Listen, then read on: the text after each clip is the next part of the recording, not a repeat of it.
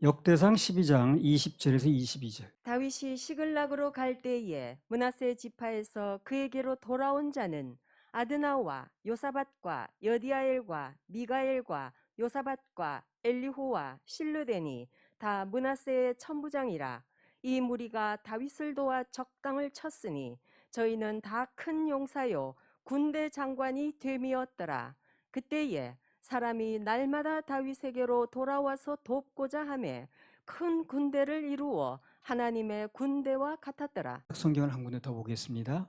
사도행전 13장 21절 22절. 그 후에 저희가 왕을 구하거늘 하나님이 베냐민 지파 사람 기스의 아들 사울을 40년간 주셨다가 패하시고 다윗을 왕으로 세우시고 증거하여 가라사대 내가 이새 아들 다윗을 만나니 내 마음에 합한 사람이라 내 뜻을 다 이루게 하리라 하시더니. 자, 여기 보면 하나님께서 베냐민 지파 기스의 아들을 사울이죠. 사울을 40년간 왕으로 삼으셨다가 패하시고 대신 다윗을 왕으로 세우셨다, 이런 말씀이 나왔죠. 그러니까 한마디로 말하면 이 사울과 다윗은 정반대 사람이에요. 정반대 성향이라.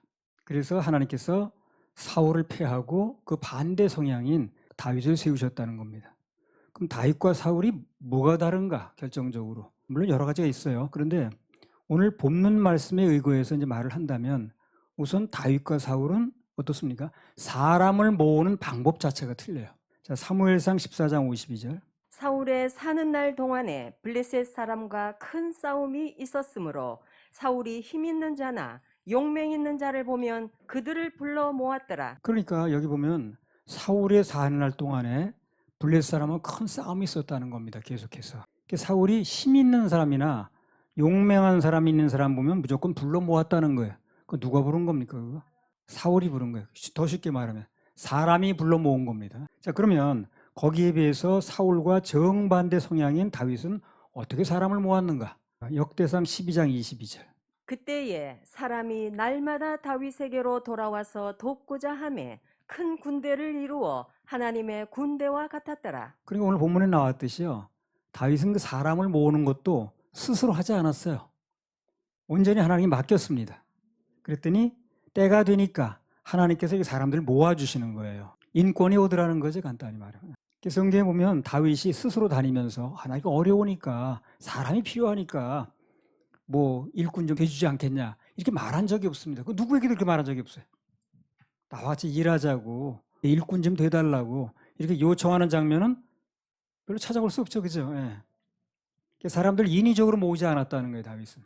그래서 다윗과 함께한 사람들은 대부분 다 하나님께서 그들 스스로 오게 만들었습니다. 자원해서. 그래서 뭐 빚을 진 자도 있었고, 또 뭐 원통해가지고 뭐 그런 사람도 있었고, 또 문제가 있는 사람도 있었지만 좌우지간 하나님께서 그들로 하여금 오게 만들었습니다. 나오게 하신 거지 다윗이 그들을 언제 불러 모은 적이 없어요. 빚진 자는 일로 오고 뭐 다 오라고 한 적이 없습니다. 자, 역대상 12장 22절. 그때에 사람이 날마다 다윗에게로 돌아와서 돕고자 하매 큰 군대를 이루어 하나님의 군대와 같았더라. 방금 읽은 22절에 보면 큰 군대를 이루어 하나님의 군대와 같았더라 하는 말씀이 나오는데, 이 하나님의 군대라는 말에 좀 우리가 유의해 봐야 됩니다. 그러니까 다윗이 자기의 힘으로 군대를 모았으면 다윗의 군대죠. 다윗의 군대입니다. 근데 하나님께서 모으시고 그분이 운영하시니까 하나님의 군대라는 거예요. 사람이 모으면 사람의 군대, 하나님께서 모으시면 하나님의 군대가 되는 겁니다. 누가 모집했느냐가 중요한 거예요. 누가. 하나님께서 모아주신 군대는 운영도 전적으로 그분이 하십니다. 먹여 살리는 거, 뭐 하여튼 운영에 뭐 여러 가지 필요하겠죠. 다 주님이 하시는 거예요. 사람이 붙여지고 그들의 마음을 움직이는 것은 전적으로 성령의 역사라는 거. 그걸 우리 꼭 알고 있어야 돼요. 꼭 알고 있어야 됩니다. 하나님의 군대니까 직접 그들의 마음까지 운행하시는 거예요. 교회를 한번 예를 들어 본다면, 교회는 이제 영혼을 이제 붙여주시면 되는 건데, 영혼이 있어야 뭐 누굴 상대로 목회를 하겠죠. 그래서 영혼을 붙여주시는 건 주님이 하시는데, 단 어떻게 해 붙여주시는가? 붙여줬더니 살려내야 되는 거예요, 그 영혼을. 그래야 붙여주시는 거예요. 붙여줘도 살리질 못하네. 그럼 붙일 이유가 없는 거예요. 요한복음 21장 15절부터 한번 읽어보세요. 17절까지. 저희가 조반 먹은 후에 예수께서 시몬 베드로에게 이르시되 요한의 아들 시몬아 내가 이 사람들보다 나를 더 사랑하느냐 하시니 가로되 주여 그러하외다. 내가 주를 사랑하는 줄 주께서 아시나이다. 가라사대 내 어린 양을 먹이라 하시고 또 두 번째 가라사대 요한의 아들 시몬아 네가 나를 사랑하느냐 하시니 가로되 주여 그러하외다. 내가 주를 사랑하는 줄 주께서 아시나이다. 가라사대 내 양을 치라 하시고 세 번째 가라사대 요한의 아들 시몬아 네가 나를 사랑하느냐 하시니 주께서 세 번째 내가 나를 사랑하느냐 하심으로 베드로가 근심하여 가로되 주여 모든 것을 아시오매 내가 주를 사랑하는 줄을 주께서 아시나이다. 예수께서 가라사대 내 양을 먹이라. 그러면 사랑하면, 예수님을 사랑하면 그러면 어떻게 한다는 거예요? 양을 먹이라고 그랬습니다. 자, 양을 먹이려면 양을 붙여주셨으니까 뭐 먹일 양이 있어야 먹이는 거 아닌가요? 그렇겠죠. 그럼 주님을 사랑하면 양을 먹이라고 했어요. 그럼 양을 붙여주신다는 얘기거든요. 근데 양이 뭘 먹으려면 어떻게 됩니까? 그 양이 죽은 양이래, 살아난 양이래. 살아있어야 먹겠죠. 죽은 양이 뭘 먹습니까? 그 양을 살리는 게 중요한 거예요. 그래서 오늘날 이제 대부분의 교회가 양을 살리지 못하는 거예요. 그러니까 주님 보실 때는 재미가 없는 거예요. 붙여줘봤자. 살려내야 되는데 살려내지 못하니까 재미가 없는 거죠. 기술이 좋아서 사람만 모아놓고 어디 한지는 모르겠지만 그것은 엄격히 말하면 교회가 아닙니다.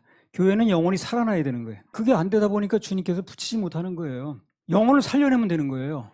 그 영혼을 살린 복음을 알아야지. 내가 먼저 거듭나야지. 생명이 생명을 낳는 거니까. 그래서 교회는 영혼을 살려내기만 하면 어쨌든 간에 붙여주십니다. 먹이라고 그랬으니까. 먹인다는 건 먹여줄 양이 있다는 얘기거든. 근데 죽은 양을 먹지 못한다는 거예요. 그래서 양을 살려낼 수만 있으면 뭐 숫자가 많든 적든 영혼을 붙이게 되어 있습니다. 그럼 거기서 나는 걸 먹고 사면 되는 거예요. 복음 전하는 자가 복음으로 산다고 그랬으니까. 갈라디아서 2장 16절. 사람이 의롭게 되는 것은 율법의 행위에서 난 것이 아니요 오직 예수 그리스도를 믿음으로 말미암는 줄 아는 고로 우리도 그리스도 예수를 믿나니 이는 우리가 율법의 행위에서 아니고 그리스도를 믿음으로써 의롭다함을 얻으려 함이라. 율법의 행위로서는 의롭다함을 얻을 육체가 없느니라. 그래요. 율법의 행위로서는 행위가 옳다 그러다는 뭘 가지고 기준하는 거예요? 기준이 있어야 되겠죠. 그 율법인 거예요. 율법의 행위를 가지고 그걸 기준해 가지고는 의롭다함을 얻을 육체가 없다는 겁니다. 그거 하지 말아야죠. 그죠? 예. 그건 안 되는 거예요. 근데 아직도 여전히 그러잖아요. 뭐가 그게 큰 죄고 무슨 생명이 관한 죄 이러면서 그건 율법을 근거로 얘기하는 거거든. 그 율법의 행위 가지고는 의롭다함을 얻을 육체가 없다는 겁니다. 그러니까 갈라디아서가 확실하게 풀리면 믿음이 생기면 율법하고는 갈라서게 되어 있습니다. 새 신랑 예수에게로 가게 돼 있어요. 갈라디아 3장 10절. 무릇 율법 행위에 속한 자들은 저주 아래 있나니 기록된 바 누구든지 율법 책에 기록된 대로 온갖 일을 항상 행하지 아니하는 자는 저주 아래 있는 자라 하였습니다. 율법이란 남편은 어떻게 하냐면요. 온갖 일을 항상 요구해요. 항상. 그럼 그런 남편하고 어떻게 사는가? 그래서 갈라지라는 거예요. 예. 그러니까 그런 요구를 하는 남편과 어떻게 살겠어요? 갈라디아서 5장 4절. 율법 안에서 의롭다함을 얻으려 하는 너희는 그리스도에게서 끊어지고 은혜에서 떨어진 자로다. 율법 안에서 의롭다함을 얻으려 하는 자는 그렇다면 누군지 모르지만 너희는 그리스도에게서 끊어졌다는 겁니다. 그분이 십자가에서 해놓은 일하고 끊어진 거예요. 연결이 안 되는 거예요. 은혜에서 떨어진 자로다.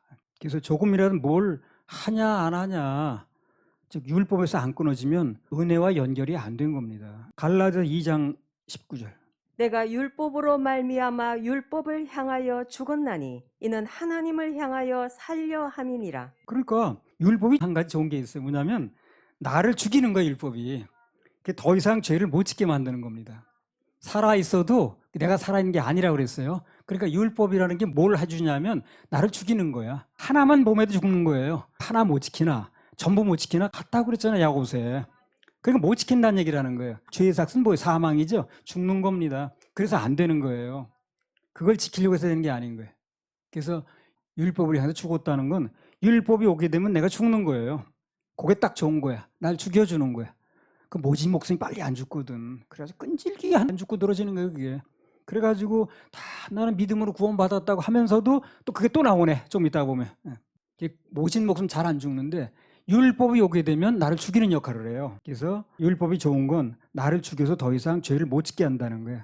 율법 때문에 내가 죽은 겁니다. 그러니까 내가 죽었으니까 그 다음에 뭐가 나오는 20절에. 그 다음에 읽어보세요. 20절.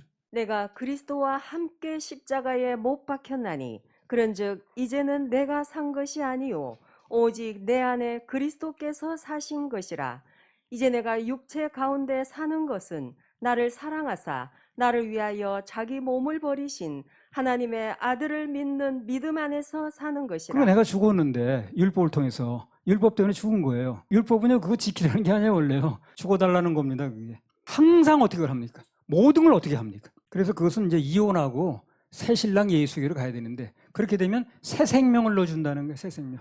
그 생명을 받아야 되는 거예요. 그 생명은 죄 없는 생명, 거룩한 생명입니다. 그래서 내가 죽고 거룩한 생명을 받게 되면 나도 어떻게 되는 거예요? 거룩하게 되는 겁니다. 거룩한 생명만 천국에 들어가는 거예요.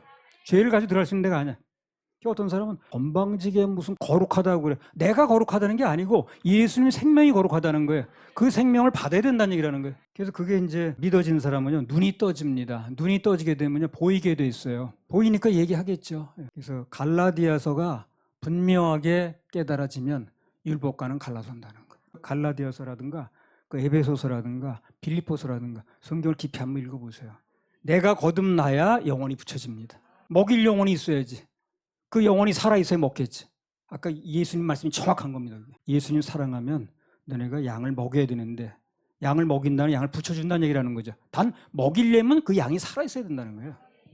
아무튼 그래서 하나님께서 나를 군사로 모집하셨다고 믿어진다면 그렇다면 하나님의 군대인데 그게 그때부터는 먹을 것이라든가 입을 것 모든 필요를 걱정할 필요가 없다는 겁니다. 없다는 거예요. 죽고 사는 문제 신경 쓸 필요 없어요. 디모데후서 2장 1절에 6절. 내 아들아, 그러므로 네가 그리스도 예수 안에 있는 은혜 속에서 강하고 또 네가 많은 증인 앞에서 내게 들은 바를 충성된 사람들에게 부탁하라. 저희가 또 다른 사람들을 가르칠 수 있으리라. 내가 그리스도 예수의 좋은 군사로 나와 함께 고난을 받을지니 군사로 다니는 자는 자기 생활에 얽매이는 자가 하나도 없나니 이는 군사로 모집한 자를 기쁘게 하려 함이라.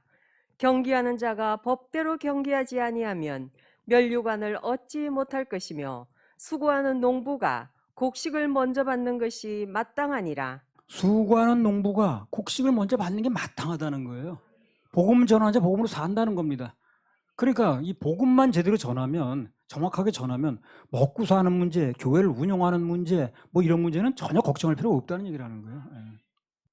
내가 이제 신혼 때 우리 목사님이 이제 신방으로 오신 거예요. 근데 우리 목사님 신방하고 하시면서 그러는 거예요. 이 형제, 복음 전하는 자가 복음으로 사는 거야. 딱 그러고 나가시면서 그 말이 마음에 꽂히더라고요. 그 말이 딱 꽂히더라고요. 복음 전하면 사는 거예요. 복음 전하면 사는 겁니다. 수고하는 농부가 곡식을 먼저 받는 게 마땅하다. 그게 한마디로 먹을 것, 입을 것 걱정하지 말라 그 말인데 단 복음을 전하면 영혼을 살리면 영혼을 살려야 재밌어 붙여주시겠죠. 영혼을 못 살리는데 어떻게 그걸 붙이겠어요. 아까 그랬잖아요.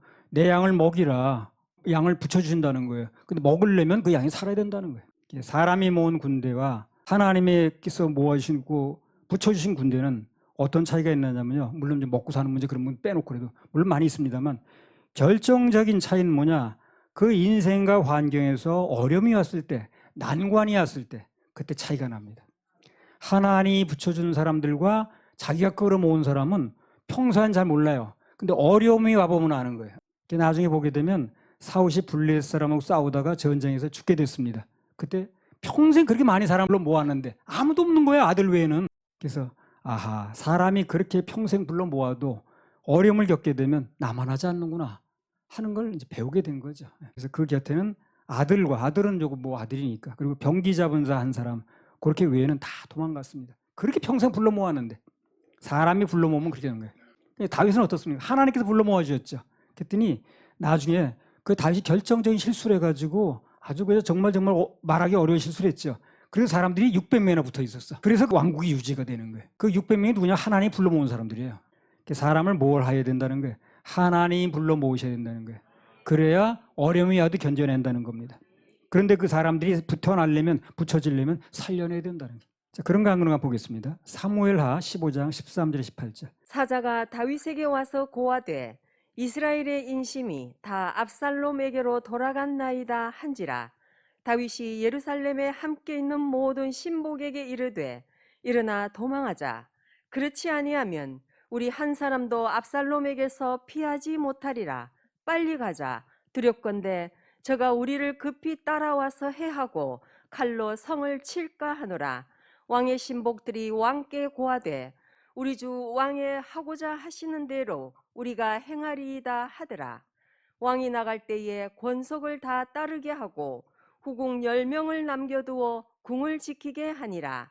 왕이 나가매 모든 백성이 다 따라서 벳메르하게 이르러 머무니 모든 신복이 그 곁으로 지나가고 모든 그렛 사람과 모든 블렛 사람과 및 왕을 따라 가드에서 온 600인이 왕의 앞으로 진행하니라. 그러니까 다윗이 지금 그 실수를 했죠. 근데 인심이 다 돌아간 거예요. 그런 일이 벌어지면 그 밑에 누가 있으려고 그러겠습니까? 근데 600명이 남는 거예요, 여기서. 그 600명이 남았다고 그랬죠. 그 600명이 누굽니까? 하나님이 붙여준 사람들인 거예요. 그래서 남아 있었고, 그래서 그 사람들 때문에 다윗 왕국이 지탱이 된 겁니다. 사울은 자기가 불러모은 사람 한 명도 안 남는다, 이렇게. 그래서 사람은 내가 불러모으는 게 중요한 게 아니라 하나님이 불러주셔야 된다는 거예요. 참 어려운 시점인데 힘들고 바람 앞에 등불처럼 위태한 순간이지만 그런데 하나님 붙여준 사람은 남아있더라는 거죠. 그 600명이 다윗 편에 서주는 바람에 다윗이 힘을 얻고 다시 한번 재기할 수 있었던 겁니다. 그래서 하나님의 군대의 모든 인사권은 하나님께 맡기면 됩니다. 그러면 하나님께서 그 어려움 중에도 참 그런 어려움이 어디 있겠어요. 그 중에서도 끝까지 같이 할 가장 좋은 사람을 선택해서 정리할 사람도 그분이 해주시는 거예요. 정리할 사람. 결정적인 순간 오면 사람은 믿을 수가 없지만 오직 하나님을 믿을 수가 있어요. 평소에 오직 하나님만 바라보고 그분만 바라보면 결정적인 인력 선발권은 인사권은 하나님께서 하신다는 거예요. 사람 모이냐 안 모이냐 신경 쓸 필요 전혀 없습니다. 난 붙여준 영혼 살려내면 되는 거예요. 한 명이 됐든 두 명이 됐든. 그러면 사람 붙여지게 돼 있고 그 사람 사는 건 복음 전한 복음을 산다고 그랬으니까. 그래서 우리가 여기서 얻을 수 있는 결정적인 교훈은 매사에 내 사람 만들려고 하지 말고 하나님의 사람을 만들면 되는 거예요. 하나님의 사람. 하나님이 선발한 사람들이래야 결정적인 순간에 나와 함께하고 어려움 중에도 버텨주는 겁니다. 결정적인 순간에는 사람의 군대가 일을 하는 게 아니에요. 하나님께서 선발한 하나님의 군대가 일을 하는 겁니다. 할렐루야. 우리 하나님 박수 올려드려요. 역대상 12장 16절에서 18절. 베냐민과 유다 자손 중에서 견고한 곳에 이르러 다윗에게 나오매 다윗이 나가서 맞아 저희에게 일러 가로되 만일 너희가 평화로이 와서 나를 돕고자 하면 내 마음이 너희와 연합하려니와 만일 너희가 나를 속여 내 대적에게 붙이고자 하면 내 손에 불의함이 없으니 우리 열조의 하나님이 감찰하시고 책망하시기를 원하노라 하매 때에 성신이 30인의 두목 아마새에게 감동하시니 가로되 다윗이여 우리가 당신에게 속하겠고 이새의 아들이여 우리가 당신과 함께 하리니 원컨대 평강하소서. 당신도 평강하고 당신을 돕는 자에게도 평강이 있을지니 이는 당신의 하나님이 당신을 도우심이니이다 한지라. 다윗이 드디어 접대하여 세워 군대 장관을 삼았더라. 그러니까 베냐민 지파의 사람들이 왔는데 다윗이 뭐 의심스러운 거예요. 사울 편 아닌가 그 사람들? 같은 족속이잖아요. 왜 왔는지 이 사람들이 그리고 끝까지 있을 건지 이게 이제 궁금한 겁니다. 물어봤죠. 사람을 이제 새로운 사람 만나게 되면 두 가지가 궁금하겠죠. 무슨 맘 먹고 있는 사람이고 끝까지 함께 할 사람이고 이게 궁금하지 않겠습니까? 그걸 이제 물어본 거예요. 그랬더니 이 아마새가 그렇게 대답하잖아요. 때에 성신이 30인의 두목 아마새에 감동하시니 가로되 다윗이여 우리가 당신에게 속하겠고 함께 하겠다는 거예요. 가장 듣고 싶은 얘기를 해주는 거예요. 지금 이 사람이 무슨 맘 먹고 왔는지 그리고 끝까지 있을 것인가 이게 궁금하거든 지금. 근데 그걸 다 얘기를 해주는 거예요. 누가 그렇게 했겠습니까? 하나님께 해주는 거예요. 하나님께서 감동을 주셔서 아마새에게 그로 하여금 그런 말을 하게 하시는 겁니다. 지금. 그래서 중요한 건 하나님께 맡겨서 그분께서 모집한 군대라면 그 뒤 모든 일도 다 그분이 하시는 마음 관리도. 그래서 우리는 늘 그분께서 일하실 수 있도록 자리를 내드려야 돼. 자리를. 내가 자꾸 하려고 하지 말고 그분께 모든 인사권도 맡기고 그분께 모든 심령을 움직일 수 있는 권한도 맡겨드리면 그분이 이렇게 해나가시는 겁니다. 맡기면 되게 편한데 맡기기가 힘들어서 그렇지 맡기기만 하면 그분이 일하십니다. 그래서 주님께 맡기는 게 중요합니다. 자, 그다음에 역대상 12장 23, 30절 이게 뭐냐면 몰려오는 장면을 써놓은 거예요. 이건 다 읽을 필요가 있어요, 없어요? 있습니다. 이거. 예. 그러면 이 몰려오는 장면이 뭐냐면 예고편입니다. 이게 본편은 우리에게서 일어나요. 성경에 나오면 전부 예고편입니다. 그러나 예고편이 실제는 우리 삶에서 일어나는 거예요. 그래서 성경에 나온 거 다 읽어야 돼요. 역대상 12장 23절 31절. 싸움을 예비한 군대 장관들이 헤브론에 이르러 다윗에게로 나와서 여호와의 말씀대로 사울의 나라를 저에게 돌리고자 하였으니 그 수효가 이러하였더라.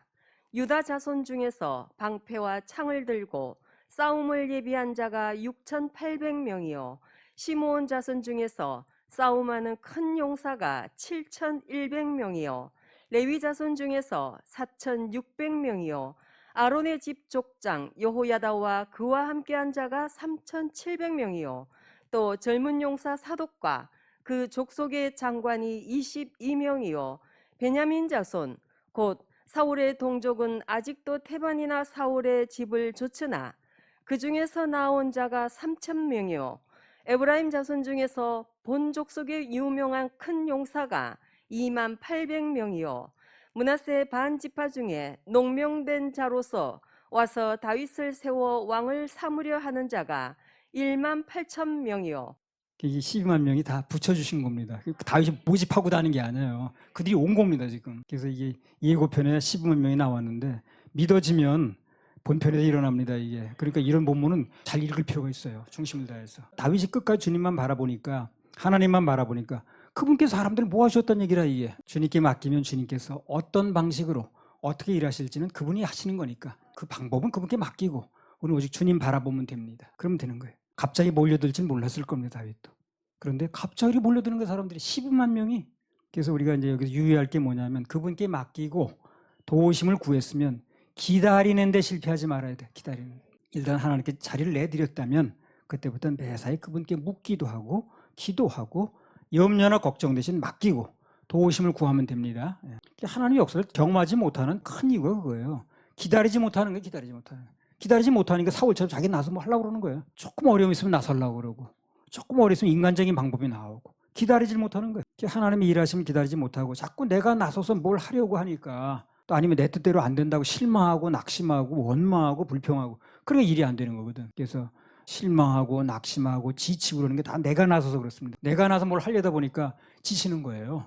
원망도 나오는 거고. 열왕기상 19장 9절에서 10절. 엘리야가 그곳 굴에 들어가 거기서 유하더니 여호와의 말씀이 저에게 임하여 이르시되 엘리야야 네가 어찌하여 여기 있느냐 저가 대답하되 내가 만군의 하나님 여호와를 위하여 열심히 특심하오니 이는 이스라엘 자손이 주의 언약을 버리고 주의 단을 헐며 칼로 주의 선지자들을 죽였음이오며 오직 나만 남았거늘 저희가 내 생명을 찾아 취하려 하나이다. 그래 엘리야가 갑자기 이렇게 무너졌거든요.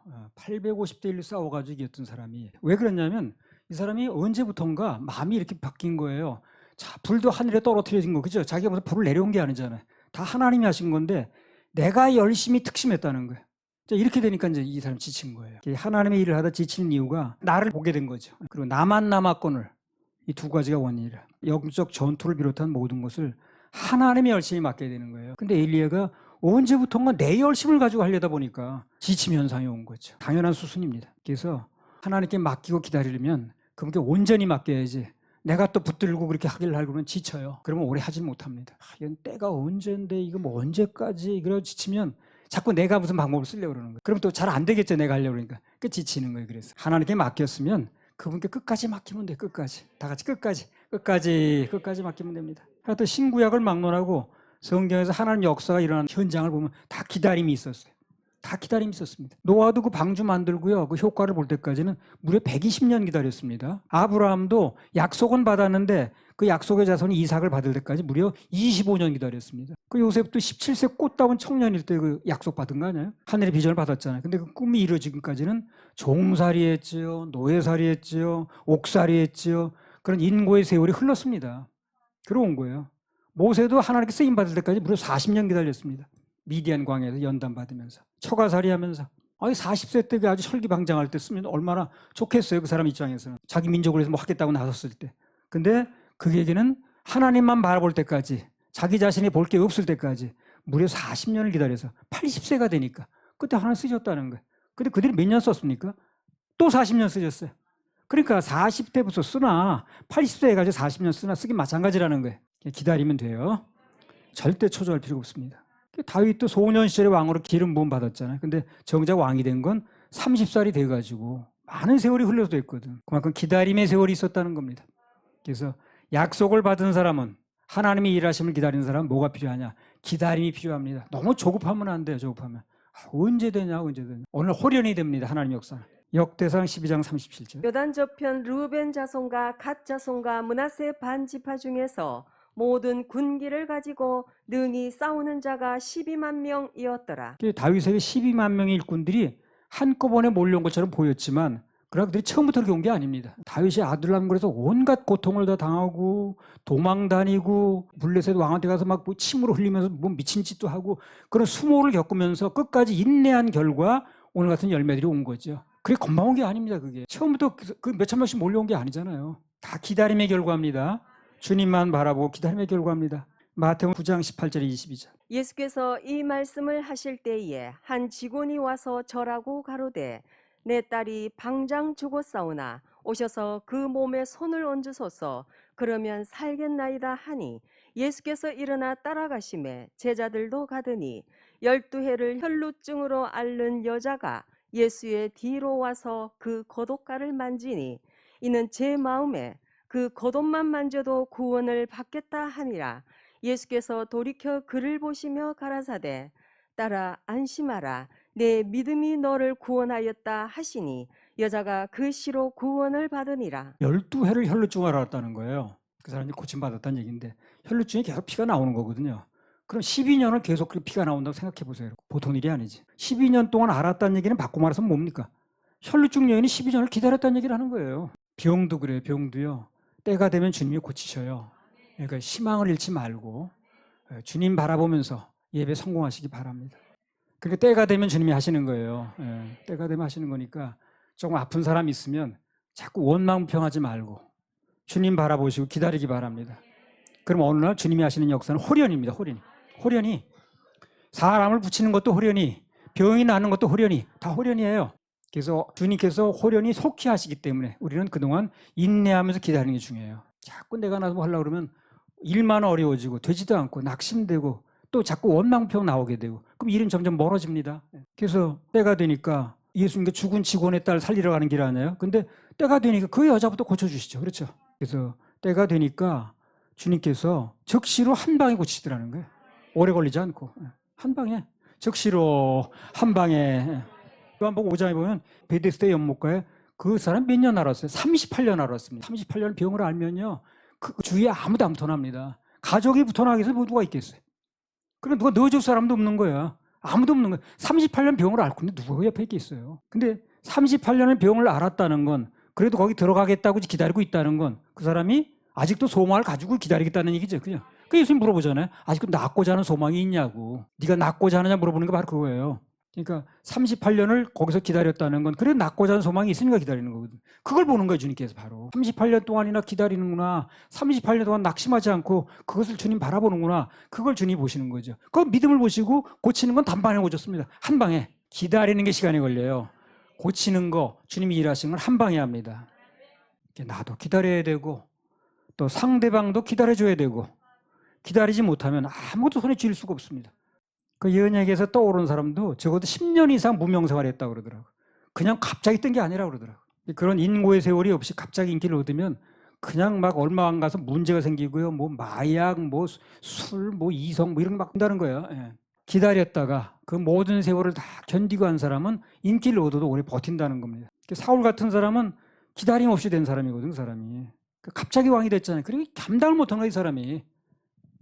여로보암도 마찬가지고 갑자기 왕이 됐죠, 그 사람. 훈련받지 않고. 그리고 견디지 못하는 거예요. 타락만 하는 거예요. 사울 같은 사람은 차라리 왕이 안 됐으면 잘 살 사람이에요. 왕이 되는 바람에 망하는 거예요, 그 사람. 여로보암도 마찬가지고. 그러냐면 그게 다 훈련 없이 돼서 그런 거예요. 기다림 없이 돼서 그런 겁니다. 그래서 기다리고 또 하나님께 바라보고 인내와 연단의 세월을 보내는 사람이 있다면 그거 다 하나님께 수지 맞게 하시려고 그러는 거니까 소망을 가지셔야 됩니다. 로마서 8장 24절부터 28절. 우리가 소망으로 구원을 얻었음에 보이는 소망이 소망이 아니니 보는 것을 누가 바라리요. 만일 우리가 보지 못하는 것을 바라면 참음으로 기다릴지니라. 이와 같이 성령도 우리 연약함을 도우시나니 우리가 마땅히 빌 바를 알지 못하나 오직 성령이 말할 수 없는 탄식으로 우리를 위하여 친히 간구하시느니라. 마음을 감찰하시는 이가 성령의 생각을 아시나니 이는 성령이 하나님의 뜻대로 성도를 위하여 간구하심이니라. 우리가 알거니와 하나님을 사랑하는 자 곧 그 뜻대로 부르심을 입은 자들에게는 모든 것이 합력하여 선을 이루느니라. 그래요. 만일 우리가 보지 못하는 걸 바라고 있다면 그런 참음으로 기다리라는 거예요. 참음으로. 하나님 안에서 기다리고 있는 대부분의 것은요. 전부 약속의 말씀을 듣고 기다리는 거 그렇죠. 눈으로 본 게 아니라 그게. 눈으로 보고 확인된 게 아니고 그냥 말씀을 잊고 기다리는 거예요. 근데 신기하게 눈으로 본 것처럼 이루어지더라고요. 그게. 눈에 안 보이는 걸 바라는 입장이라면 언젠가 그것이 믿음은 바라는 것들의 실상이라고 그랬으니까. 참고 기다리는 수밖에 없어요. 가장 좋은 게 그겁니다. 그러니까 참고 기다릴 힘이 있어야 되거든. 그래서 우리 예배 드리는 거예요. 예배 드리고 이런 말씀을 자꾸 듣고 아무 말씀도 안 듣고 그러면 참을 수 있는 힘이 없어요. 눈에 환경만 보이니까. 근데 말씀을 듣고 또 예배 드리고 예배 성공하다 보면 그 말씀이 믿어지니까 또 기다릴 힘이 생기는 거예요. 그래서 오늘 다윗에게 일꾼이 모여든 것은 성령의 도우심이라고 그랬는데 성령께서는 어떤 사람을 도우시는가? 보지 못하는 것을 참음으로 기다리는 그런 사람을 도우신다는 거예요. 그런 사람에게 모든 것이 합력하여 선을 이룬다는 겁니다. 그러니까 지금 뭔가 여기 오신 분도 그렇겠지만 또 유튜브를 통해서 듣고 있는 사람도 참 많이 있는 걸로 알고 있는데 그 인생에 어려운 때를 지내고 있는 분들이 있다면 그러면 하나님의 때를 기다리면서 그 어려운 세월을 좀 인내하시기 바랍니다. 그러면 잠시 후에는 주님 일하십니다. 다윗에게 오늘 그랬듯이 반드시 좋은 날이 와요. 요 새벽에도 어려운 걸 겪은 건 맞지만 끝내는 해피엔딩으로 끝났죠. 그렇죠. 다시 반드시. 우리도 지금까지 주님 바라보고 기다려왔다면 하나님께서 이제 인권도 주시고 물권도 쏟아부어 주시고 다 일하십니다. 그렇게 하실 하나님께 박수만 올려드리면 돼.